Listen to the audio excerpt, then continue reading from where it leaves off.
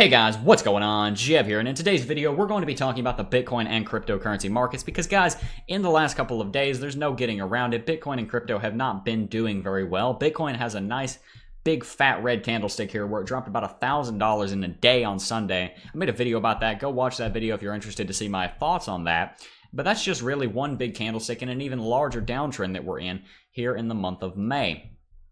So guys, we haven't really had a very good market recently. We've lost a lot of valuation recently, and as such, a lot of people in the cryptocurrency market have been very fearful.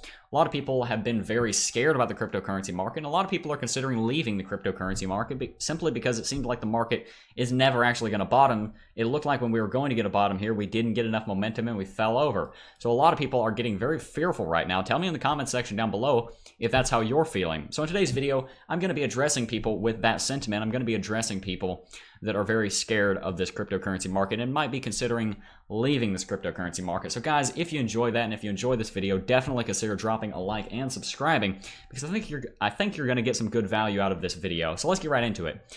Bitcoin, as we know, is trading around $6,400. It fell all the way down here from up around $10,000 in early May. But guys, that's not enough perspective. If you've watched the channel for a while, you'll know that I'm a big fan of perspective. So let's start off the video by getting some perspective. The first thing we need to do is zoom out and realize just how good 2017 was. Because 2018 so far hasn't been that good. But the first thing we do before we build into the rest of the argument is to start by understanding just how great 2017 was. In 2017, Bitcoin started out trading around $1,100 right up here. And by the end of the year, it was trading around $20,000. Now, it was actually hovering around $12,000, but we'll call this the end of the year up here when it ran to $20,000. Bitcoin basically 20x'd in the span of 2017. Ethereum did even better. Ethereum started 2017 trading around like $8 to $10 and basically ended the year around $1,400. It was actually around $700, but we'll call that the end of the year because it's pretty close.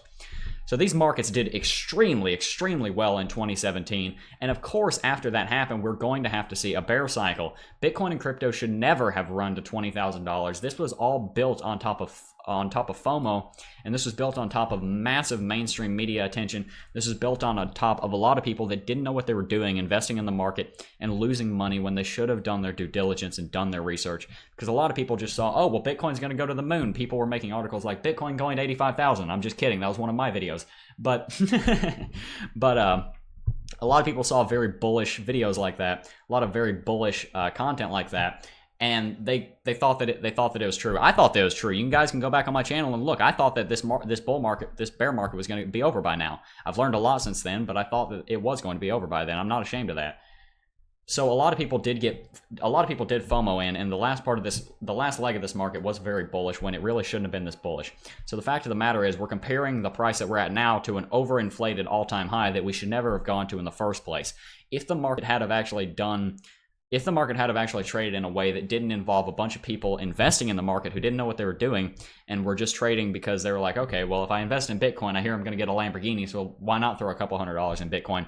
We had thousands and thousands of people doing that. Coinbase was registering like, I don't remember the number. It was like 50,000 users a day here in November and December. It was insane. This was crazy. People were busting out the champagne, buying Lambos, doing all that stuff.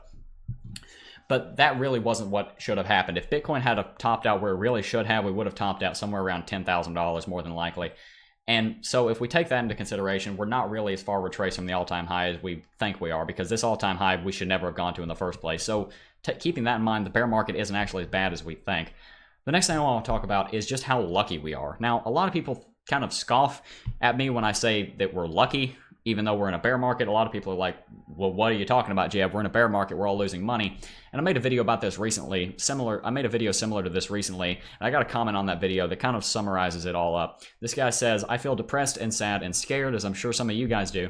He said, I also feel lucky about buying Bitcoin at $18,500, XRP at $2.40, Ethereum at $1,100, etc. The list is big. My $130,000 is now worth somewhere around $45,000. I feel ridiculously lucky. After all, I have been born a human and have the internet. What the fork?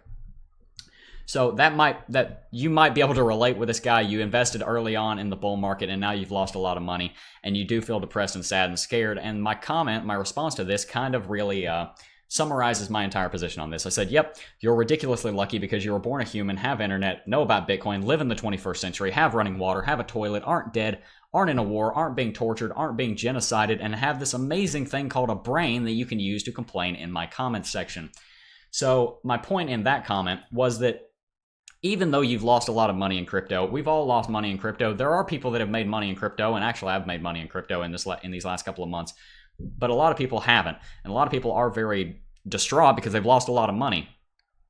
If you're one of those people, I encourage you to take a bigger perspective and look at the big picture, really. Because if you look at the big picture, what you're going to see is that even though you may have lost some money in Bitcoin and cryptocurrency, you're still alive. You could be dead. It could be worse. I know people don't like the "it could be worse" argument, but it's a good argument. It could be worse.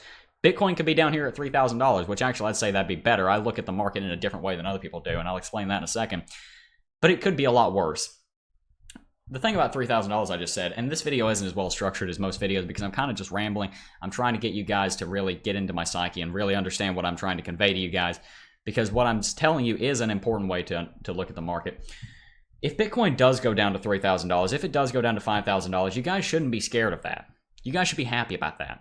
Why should you be happy about that? Because if you're investing in cryptocurrency, if you're trading cryptocurrencies, you can make plenty of money trading cryptocurrencies in any kind of market. Let me give you an example.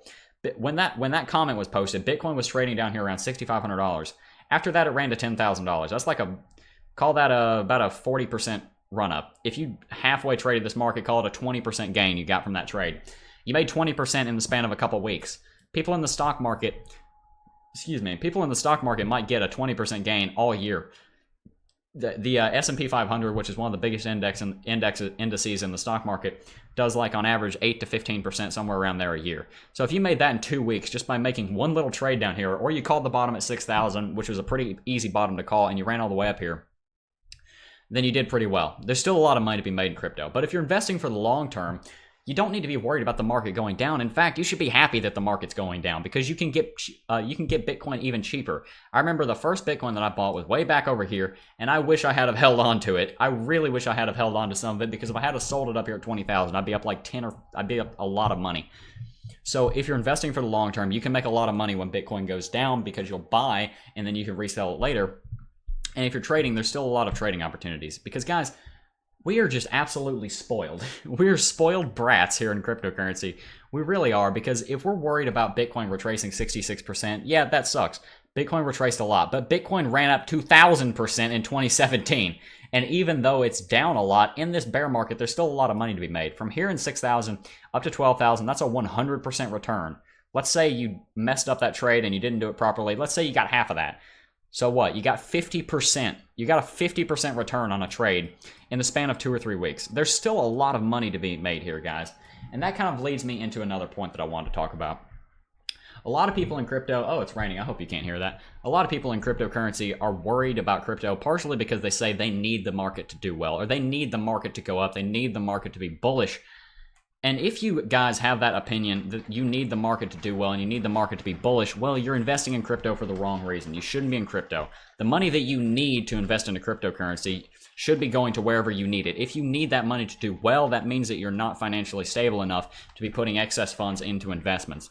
Now, in my opinion, you should try to invest before you spend, but you need to spend on things that you absolutely need, like paying your rent or your mortgage or your car payment or whatever, before you invest in cryptocurrency. So if you're trying to invest in cryptocurrencies to make your fortune, but you're still not able to cover your basic necessities, you're investing for the wrong reason. The last thing that I want to talk about here before we wrap up, because it is raining, I'm sorry about that, you guys can hear that, is I want to talk about the fundamental value and the actual dollar value of Bitcoin. Ever since the bear market started in Bitcoin, Bitcoin has been trending down, Bitcoin's been trending downwards from around $20,000 since the beginning of 2018. So the value of Bitcoin has been going down like this. Bitcoin's value has been going down, but the fundamental value, the underlying value that really determines the long-term gain of Bitcoin, the long-term price action of Bitcoin, the fundamental value, the adoption, the awareness, the development, and the regulatory clarity, I talk about this a lot, has continued to rise. So what do we see? We see the value go down, and we see the actual price action value go up. So what we see is we see this nice big gap here in between these two kinds of values. And every time that the market goes down, and all the time the fundamental value is going up, this gap gets wider. So the next time we start a bull run, we have longer to run before we hit this fundamental value and we get into overbought territories where we're kind of in a bubble like we were in 2018 or in late 2017. That's similar to what happened here. So all the time that we're going down, that's giving more time for the market to develop and gives us more room to have a nice, strong bull run into the future. Let's wrap up with something I posted on Instagram, which kind of summarizes everything I'm talking about. If you're worried about this pullback pointing to the one that we're in now, just imagine how those that sold down here feel. So if you're thinking about selling down here, guys, you missed the time to sell. The time to sell was in late 2017 when we ran up to $20,000. That was the time to sell. If you want to sell, you're going to be one of these people down here that sold Bitcoin at $200 and then missed 100x return. So guys, I encourage you to continue staying in the market. I encourage you guys to stick around and see what happens. If you're losing money, you can make the money back. You're not going to die in the next couple of days and lose the ability to make that money. I think you guys will be okay if you stick around. But anyway, guys, that's going to do it for this video. I'm sorry this video is a little bit less formal than I normally do. We'll be back on technical analysis tomorrow. I'm actually going to be bringing out one of those trading strategy videos tomorrow. We're going to be talking about trend lines and moving averages, so definitely consider subscribing so that you'll see that video. That's going to do it for this video, guys. I want to thank each and every single one of you for watching, and I'll see you guys in the next video. Peace.